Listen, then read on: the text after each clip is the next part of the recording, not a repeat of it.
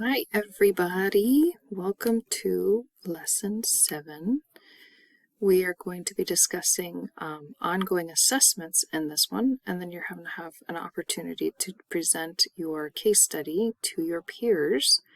So you're bringing in all of the components you've been working on over this session and doing a presentation to share with your peers. You'll have an opportunity to have course reflections, final course reflections in Yellow Dig, and then we have an assessment planning matrix and your reflections around assessments. And then of course we hope that you take the time to evaluate the course. So I'm going to click into lesson 7. We have the assignments that are due this week. We're in the last week of the course, so congratulations for your commitment to the content and the assignments. The content we are reading this week is the issue brief, what does it mean to use ongoing assessment to individualize instruction in early childhood.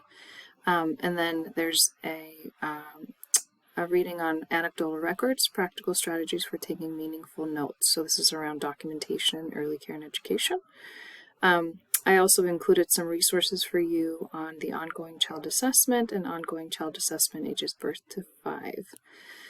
The viewings this week, we have a viewing around ongoing child assessment, children with disabilities, video, and then some content around planning for assessment.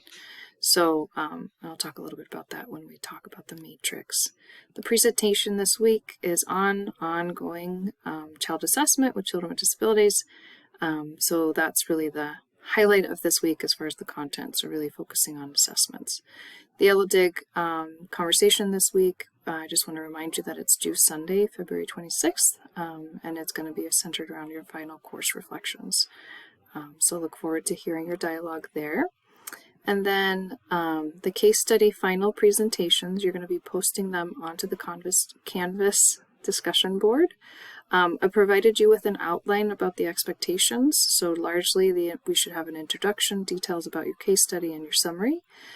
Here are some suggestions around ensuring that you've included all the details that we expect to see in the presentation.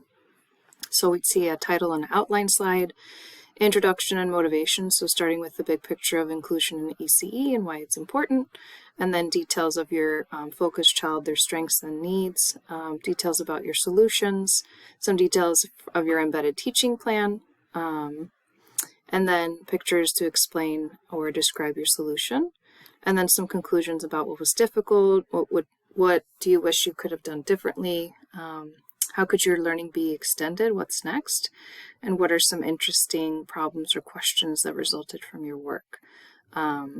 So that's kind of the overview. I've included a template. You're not required to utilize it, but if you make a copy, you'll have a copy for yourself in your drive. And then, so that's just a template, and it has all of the details that we would hope to see in your presentation. So you could fill this in with all of the content that's relevant to your case, your setting, your focused child, the supports you provided, curriculum modifications you did, your goals, breaking down one of those goals that is related to your embedded teaching, and then talking about some lessons learned and future learning, and then references that are there. Okay. The extra slides are just there for extra photographs and pictures or things that you might want to use. So really we would expect to see at least, and at minimum, these slides being utilized for your presentation. But like I said, the template's just there for your optional for you. If you want to create your own slide deck, you can certainly do that, but just make sure that you've included all of these details that we would expect to see.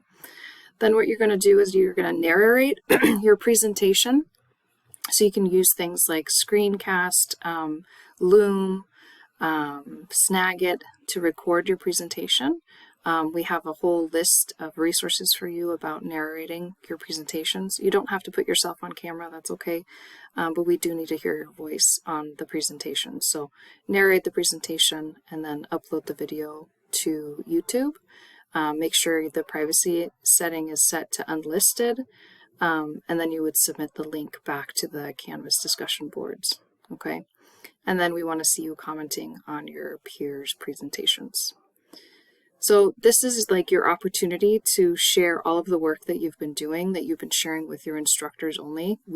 Your peers haven't seen all of your work, so this is your opportunity to kind of pull it all together.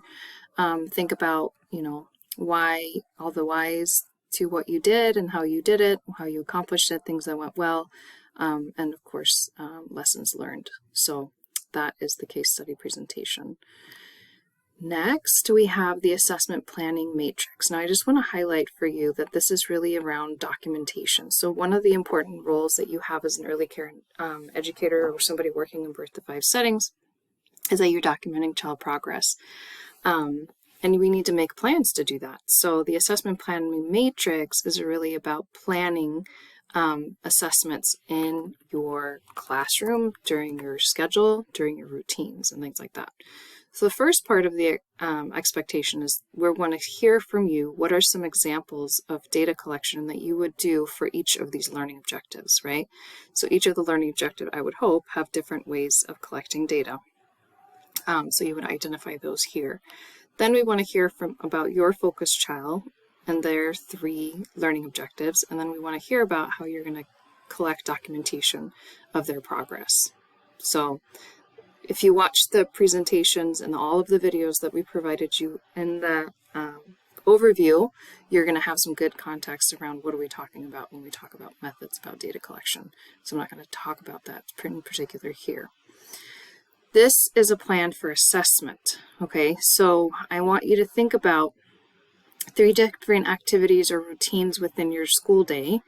And then I want you to plan for assessing all of the children. So for example, during whole group time, during small groups, during centers, whatever it might be, right?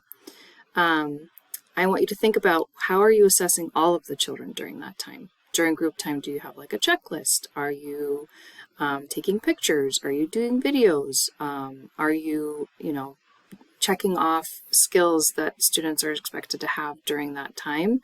So thinking about how are you going to assess the skills that are expected during these parts of the day. Then remember how we talked about you're going to be meeting different learning objectives during different parts of the day.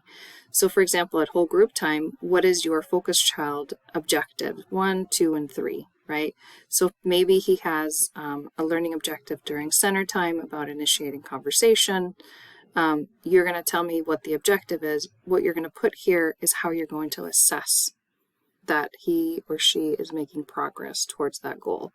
So if the goal is, let's say the goal up here is initiating conversations with peers or expanded back and forth conversations, then and here for example, free play time, you already told us how you're going to assess all of the children.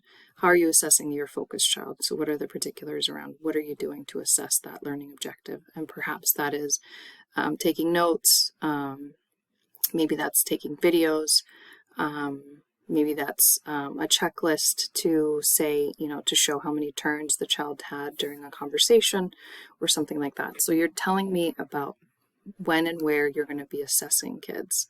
So I hope that's really clear. So you're going to identify the learning objectives here, the 3. We also want to see at least 3 routines, 3 different routines. Then we think about how we assess all of the children, and then how are we assessing for our individual focus child that is particular to them. Okay, so, and then at the bottom here, we want to hear some final reflections about how you would collect ongoing child assessment. Again, if you watch the presentation, the videos, all of the content that we've already provided for you in the course, that's going to be a real clear connection to what you may write here in this section of the assignment. Okay, so again, everything has a reason. So if you are reading the content in the course, it'll make a lot of sense when you are designing your assignments for this week. Okay, so then for your final step in the course, we really appreciate any feedback from our students. We do make updates and changes every time we teach the course based on feedback, questions, comments, concerns, and from our course evaluations. So we really do value your feedback on the course and your learning in the course. So please take a moment to complete the course and instructor evaluation when you are done. So that is this week's assignments and course content that we're going to be covering. If you have any questions, please reach out to your group instructor. We are here to support you until the very end. And congratulations, you are in the last week of our course. Have a great week.